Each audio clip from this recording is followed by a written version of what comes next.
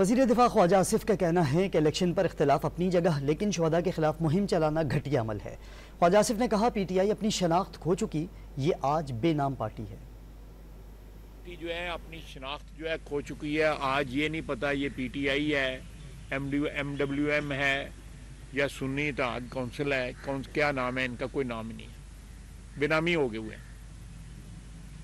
یہ آج ایک بے نامی پارٹی ہے جس کی ملکیت بھی کسی کے پاس ہے، کسی کے پاس اس کی رجسٹری نہیں ہے۔